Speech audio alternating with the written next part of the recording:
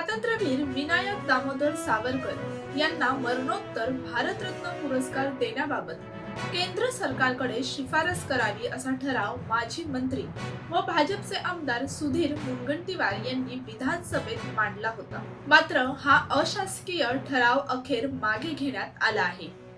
राज्य सरकारकडून अशा प्रकारची शिफारस करणे नियमबाह्य ठरेल अशी भूमिका सरकारतर्फे मांडण्यात आल्यानंतर सुधीर मुनगंटीवार यांनी खंत व्यक्त करत हा ठराव मागे घेतला आहे.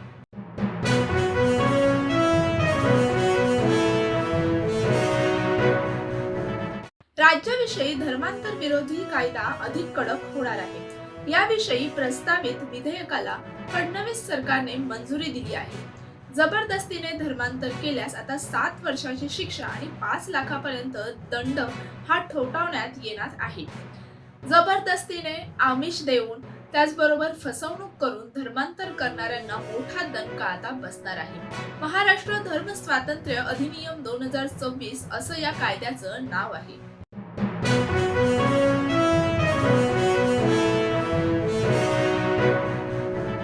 इराण आणि इस्रायल अमेरिका यातील युद्धामुळे गॅस पुरवठ्यावर मोठा परिणाम होऊ लागल्याने व्यावसायिक व्यापाऱ्यांच्या गॅस सिलेंडरचा पुरवठा हा कालपासून थांबवण्याचा निर्णय घेण्यात आला आहे. घरगुती वापराचा गॅस पुरवठा लोकांना व्यवस्थित होत राहावा यासाठी हा निर्णय घेण्यात आला आहे. पुण्यातील बीपीसीएलच्या शिखरानुसार इथल्या प्लॉटमध्ये आणि चाकणमधील HPCLच्या प्लॉटमध्ये व्यावसायिक वापराचे सिलेंडर देणे बंद करण्यात आलं आहे.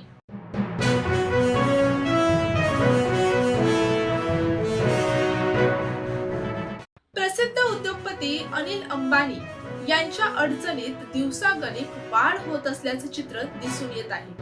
ईडीने आज सकाळी अनिल अंबानी यांच्या रिलायन्स कम्युनिकेशन लिमिटेड आणि त्यांच्याशी संबंधित कंपन्यांच्या आवारात मोठी छापेमारी केली आहे. सूत्रांनी दिलेल्या माहितीनुसार ईडीच्या 15 पथकांनी एकाच वेळी मुंबईतील 10 ते 12 ठिकाणी छापे टाकले. बँक फसवणूक आणि मनी लॉन्ड्रीशी संबंधित जुन्या प्रकरणाचा तपास पुढे नेण्यासाठी ही कारवाई करण्यात आल्याची माहिती समोर आली आहे.